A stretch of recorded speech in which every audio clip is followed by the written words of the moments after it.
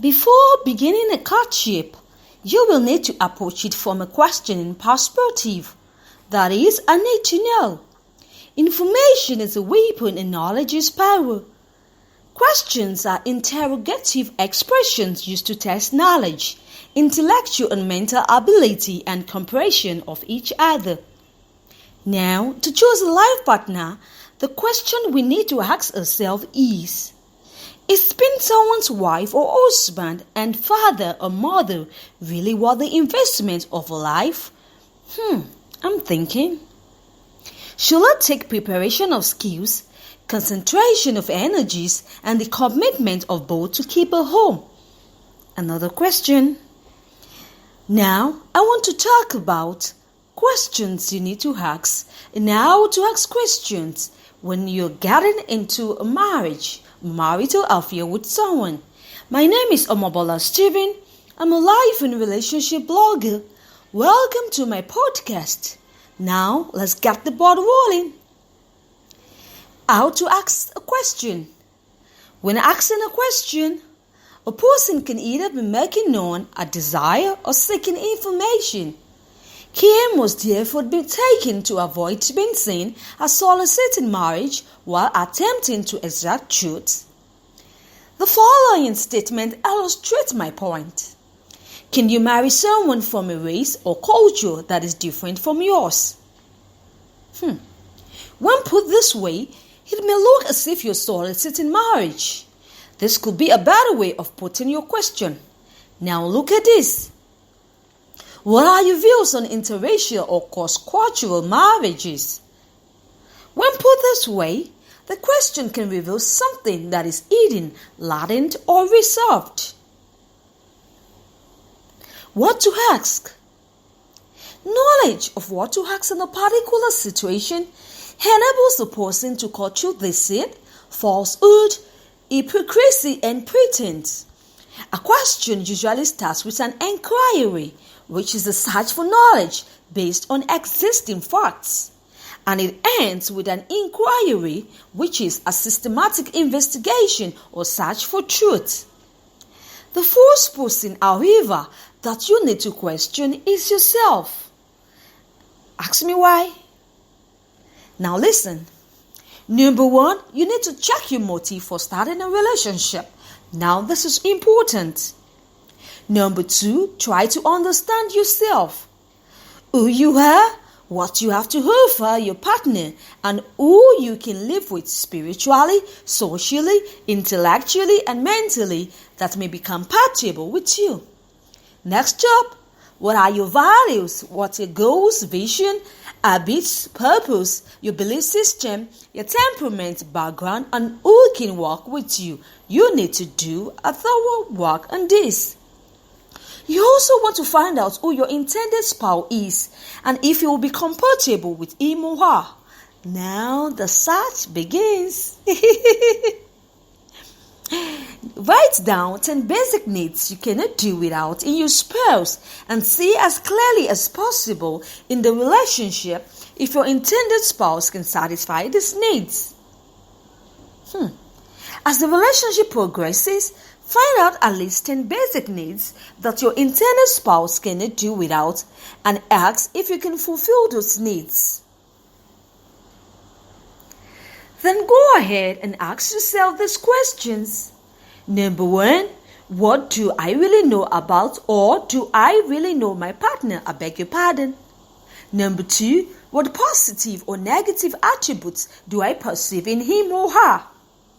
Number three, what personality type does he or she best fit in? And lastly but not the least, number four, is he or she a born-again Christian? Now let's go to when to ask this question. Relationships grow from infancy to maturity. Now, counselors generally agree that courtship should progress through well-defined stages, often with important do's and don'ts, or even commandments applicable to each stage. My focus here, however, is knowing when in the relationship it is most appropriate to ask your partner particular questions. Now listen to this. There is always a best time to ask your questions. Think about that. When he or she is tired, upset, busy, or sick, it is definitely not a time to ask a question. Why? Let me tell you. You will not get the right answer. Simple. Some questions are also best asked during the day, at noon, during the afternoon, or on the first day of your courtship, or weeks, months, or years later. Who knows? Some questions also may be appropriate during holidays, birthdays, festive periods like Christmas, Valentine's Day, Mother's Day, Father's Day, or Thanksgiving. I am going to give some examples to illustrate my points. Number 1, it is wise to establish very early in any relationship your friend's relationship with God. Number 2, the weeks or months preceding important family celebrations present strategic opportunities for you to obtain detailed information relating to your partner's family beliefs and practices, including relationships within his or her family. Now that's some work to do, but really it's worth the effort. Number 3, holiday plans and activities are also good practical indicators of your partner's lifestyle and temperament. Now that's a good one. These are times to keep your eyes wide open. Number 4, in most cultures, names reveal circumstances surrounding the person's birth. It is useful and wise to ask very early about the meaning and significance of individual or family names and nicknames. 5.